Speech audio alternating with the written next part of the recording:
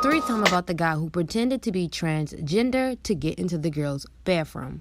So we're going to go ahead and call him Danny. And at the time, I knew of Danny, but I didn't really know him. We weren't friends or nothing like that. Danny was known as the gay guy. He would always have his makeup done, and he would hang out with some of the girls. Everything was fine and cool until we entered our junior year, and Danny came out as transgender. He started wearing wigs and dressing more feminine-like. Now, when he would get dressed up, he would look completely different than what he looked like as his, born male self. You would think that he was a different person when he would get dressed up. Well, one particular day, he didn't get dressed up and he entered the girls' bathroom. When he did that, all of a sudden, it was a big group of girls running out of the bathroom screaming. If you guys want to know why they ran out, come back for part 2. This is part 2 of the guy that pretended to be transgender to get into the girls' bathroom. So, like I said before, junior year was the year Danny came out as transgender. Some days he'd get dressed up, some days he didn't. When he entered the girls' bathroom, a group of girls ran out of the bathroom screaming. I think maybe a couple hours later, after lunch, Danny was called to the office, and rumors went around about Danny trying to look through the girls' stalls. One girl claimed that he was peeking through the stall to look at one of her friends, and Danny was suspended. I think 2 weeks later, Danny came back to school, and she completely stopped wearing feminine-type outfits. That same week, me and my friend Kenneth were walking past the boys' bathroom, and we heard a lot of fumbling going on. I told him to go check what was going on. When he checked, there was a group of guys in the bathroom jumping Danny. I'm running out of time. Come back for part 3. Part 3 of the guy that pretended to be transgender to get into the girls' bathroom. So, like I said earlier, Danny was in the bathroom and he was getting jumped by a group of guys. After it was over, he walked out last and he walked over to his locker. So I followed him to see if he was okay, and he had a black eye and his lip was busted. I asked him if he wanted me to walk him to the nurse and why did they even jump him. Danny replied, the guy said I'm not allowed into their bathrooms anymore. He said anytime he ever entered there, he'd get bullied or teased for being gay. Then I asked him, I thought you were transgender. He said that because he didn't want to go into the guys' bathrooms anymore. I said, what about the incident about you peeking through the girls' stalls? He said, I never looked through any of the girls' stall. I was just seeing to see who was in the bathroom so I could go in. He said, I'm gay, I don't even like girls, and it wasn't my intentions to make anyone uncomfortable. Come back for part 4. When I was younger, I grew up with a cut on my face. It went down from my cheekbone all the way down to my neck. It was very long, the longest cut anyone has ever seen. When I was in school, teachers and students would ask, how did I get that cut, or if it still hurt? I would tell them it didn't hurt, but I didn't know where the cut came from. My mom actually told me I was born with it. Some teachers would say, that doesn't look like a cut you were born with. I think when I got a little older to understand, I asked my mom again, how did I get this cut on my face? She'd say, as usual, you were born with it. But I don't know, I just had a feeling there was something she wasn't telling me. If I could, I asked my dad, but my mom told me that he passed away a couple weeks after I was born. When I turned 18, I finally went to the dermatologist to see what was up with this cut. They told me the cut looked as though someone cut me with a sharp object. Later that week, I went to my aunt's house and told her about my dermatologist visit. She broke down in tears and started apologizing. Come back for part 2. So after going to the dermatologist about the cut I had on my face my entire life, I went to my aunt about it and she broke down and cried. She apologized and told me that I needed to speak to my mom. She said she thought it would be best if she told me. So I went home a bit confused and I talked to my mom. I told her the dermatologist told me the cut on my face wasn't from something I was born with. My mom looked at me and said, I never told you because I didn't want you to feel bad about this family, your father, but when you were 3 weeks old, your dad did this to you. I said, what? What do you mean? He did this to me? Why? She replied, your dad was really sick. I cried and asked, why would he do this? She looked at me and said that he tried to get rid of you. We couldn't afford to take care of you. But I pushed him off of you before he could have did anything. She said my aunt had called the police. My mom and dad were fighting and they shot him, and he died that day.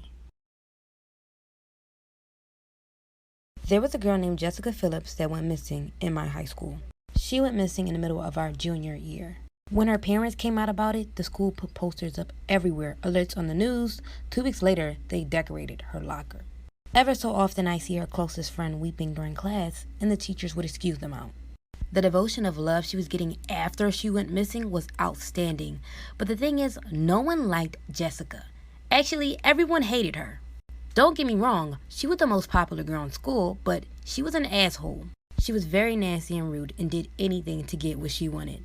I heard she once gave this boy Ronnie peanuts for not doing her homework anymore. He wanted to get into sports and didn't have time for it, and he was allergic to peanuts. The girl was practically a bully. Her friends were all followers that secretly hated her but wanted to be her. But it's crazy to see them all crying over her whereabouts when they all wanted her gone. But I know why she went missing. Come back for part 2. Jessica going missing didn't faze me. Actually, the days felt lighter when she wasn't there. Yeah, she was the talk of the town for weeks, but I'd rather that than to actually see her. And I know some might say I'm heartless, but Jessica did it to herself. So the night of Nicole's birthday party is when it all started. Nicole and Jessica were like frenemies. I mean, they were friends, but they were always in competition with each other. I'd say Nicole was the second popular girl in school. She was the first, but she dropped to second because she lost her boyfriend Luke to Jessica. He cheated on her with Jessica. I can say that's when the war started. Anyways, the night of Nicole's party, Jessica wasn't invited. I remember overhearing her during lunch that she was going to plan to crash and ruin Nicole's party. Pretty devious if you ask me. So the night comes and I go to Nicole's party. An hour goes by and I take a step outside of the side of the house to get some fresh air. I see Jessica creeping from the back. I say, "Jessica, is that you?" She looks at me and before I know it, someone grabs her face and pulls her into the bushes. So the night Jessica went missing, I saw exactly what happened. She tried to sneak into Nicole's party, but she actually didn't get in. Not only because she wasn't invited, but she had got pulled into the bushes. When I ran to see where she was pulled, she was dragged by 2 guys into the streets. I was in shock and I stood there for a few seconds, but those few seconds, Jessica saw me. She screamed for me to help her, but I just stood there. They threw her into a car and drove off. I went back to the party as though nothing happened. After the party was over, I went back home and I kept replaying what happened over and over. Then that next Wednesday is when everyone started hearing about Jessica going missing. They said if anyone ever saw anything to come forward, but I decided not to. There were moments throughout the week where I felt like I should say something, but there were times that I felt like it was too late.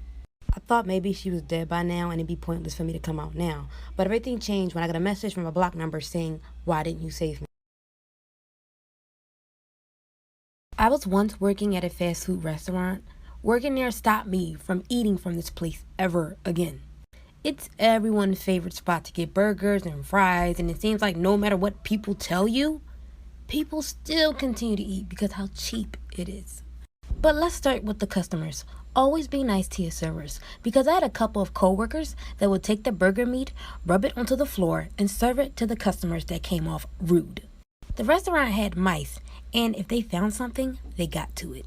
There was a particular day where I accidentally left out the burger buns, and the mice, of course, got to them. On my way to toss them into the trash, my manager stops me and says, "We're low on stock for the burger buns. We need to keep those." And they were served to multiple families.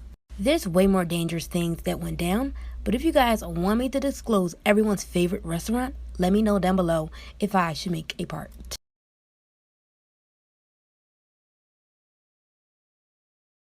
Part 2 of the most disgusting fast food restaurant I've ever worked for.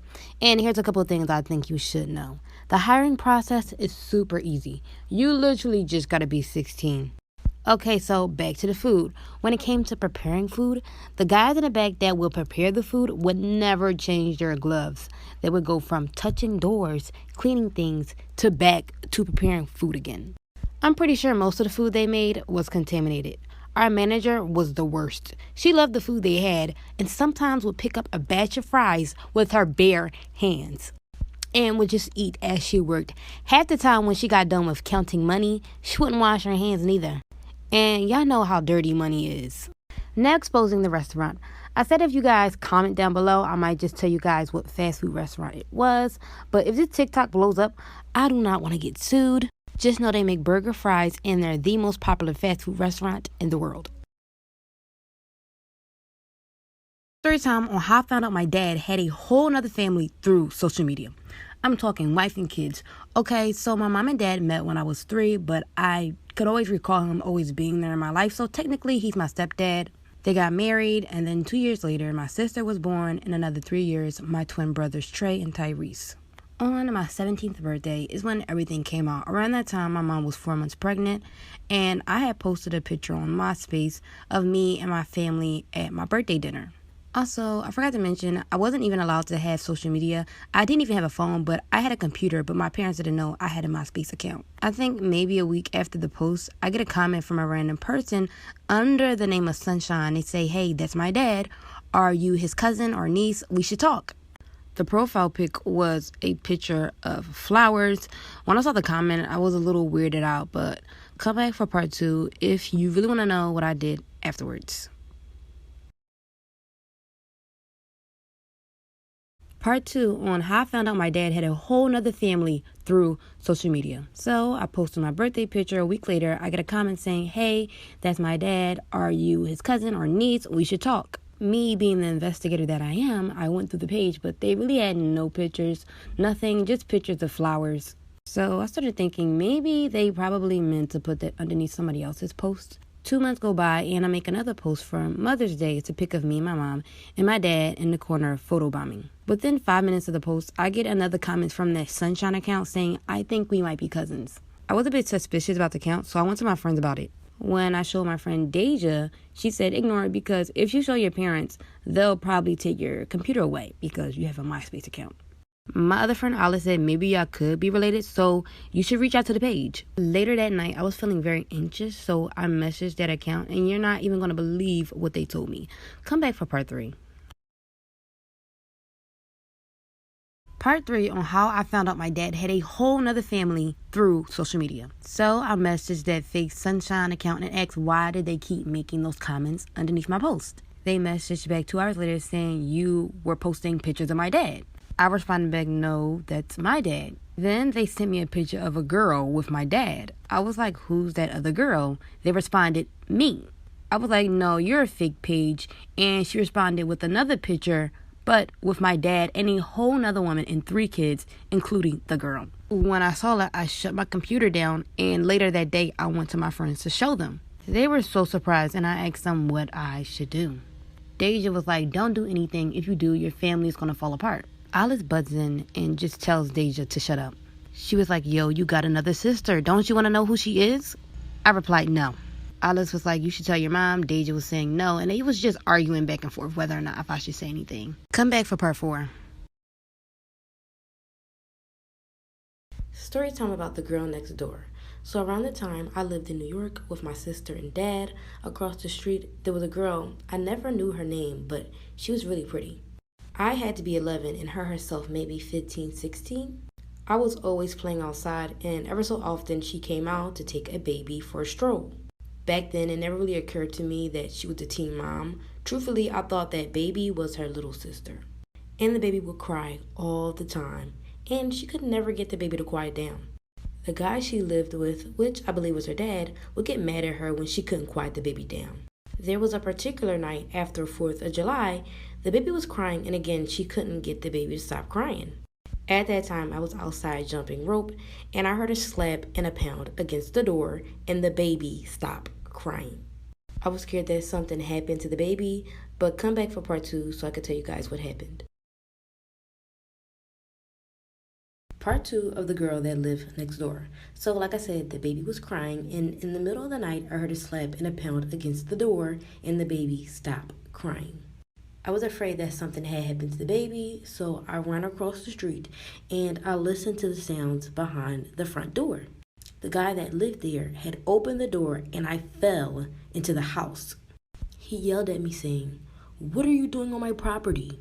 When I got up and I looked up, the baby was on the ground, and the girl had bruises on her face. I told him I was sorry, and I asked what happened to the baby. He yelled at me, telling me to get out, and the girl got up to pick the baby up, and the baby started crying again.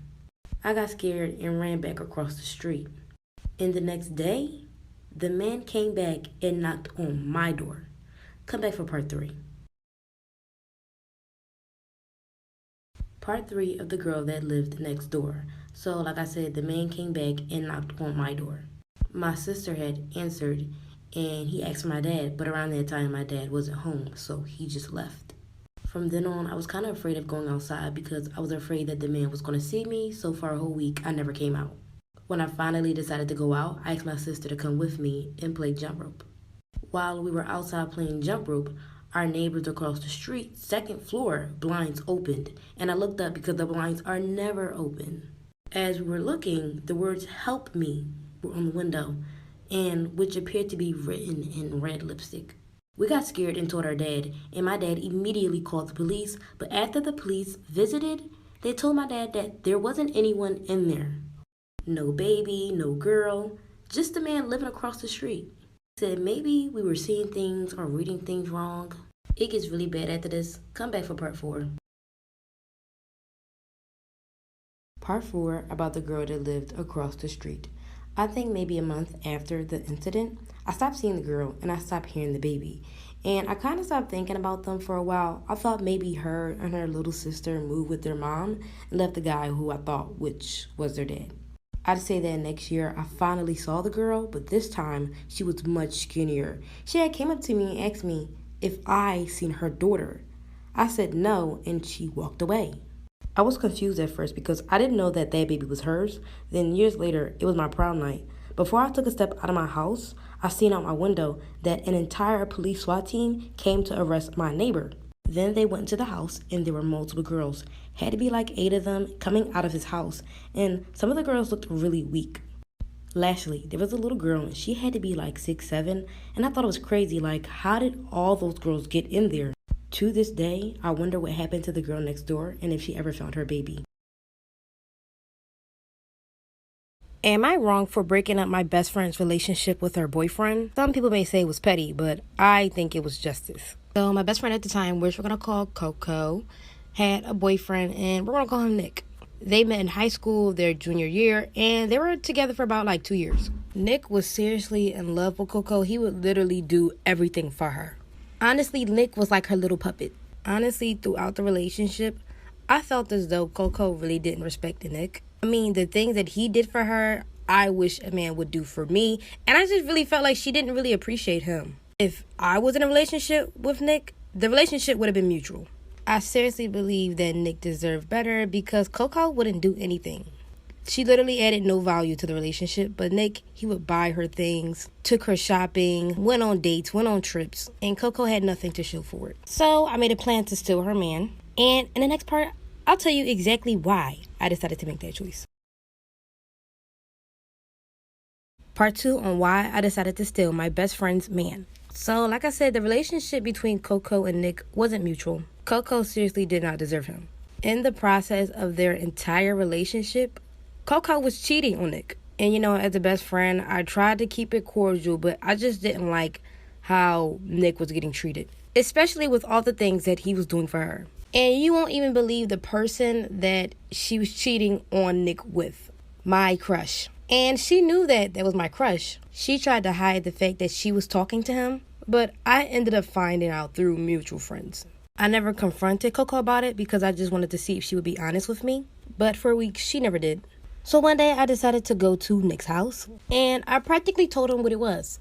At first he didn't believe me, but then once he realized me out of all people would come to him about the situation, he understood and felt heartbroken. So we created a plan to hurt Coco. Come back for part 3. Part 3 on why I decided to steal my best friend's man. So, like I said, I went to his house and told him that Coco was cheating on him. And all necessary, I really don't know what Coco was doing with my crush, but I heard from other people that she was talking to him. And honestly, that was enough information for me. And we decided to plan a romantic sneaky link and invite her an hour later. In the process of us doing this, I didn't expect anything to happen, but it did. And I don't know if he expected anything to happen that night, but he practically ended up cheating on Coco with me. Later that night, when she finally arrived, Nick told her she actually needed to go home and that he was busy doing something, even though he invited her to come over. She felt something was off, so she ran upstairs to his bedroom, which was where I was. When she saw me, she yanked me by my hair and pulled me out of the bed. And the rest was history. I ended up finding out 2 weeks later after that incident, the only reason why she was talking to my crush was to get him with me.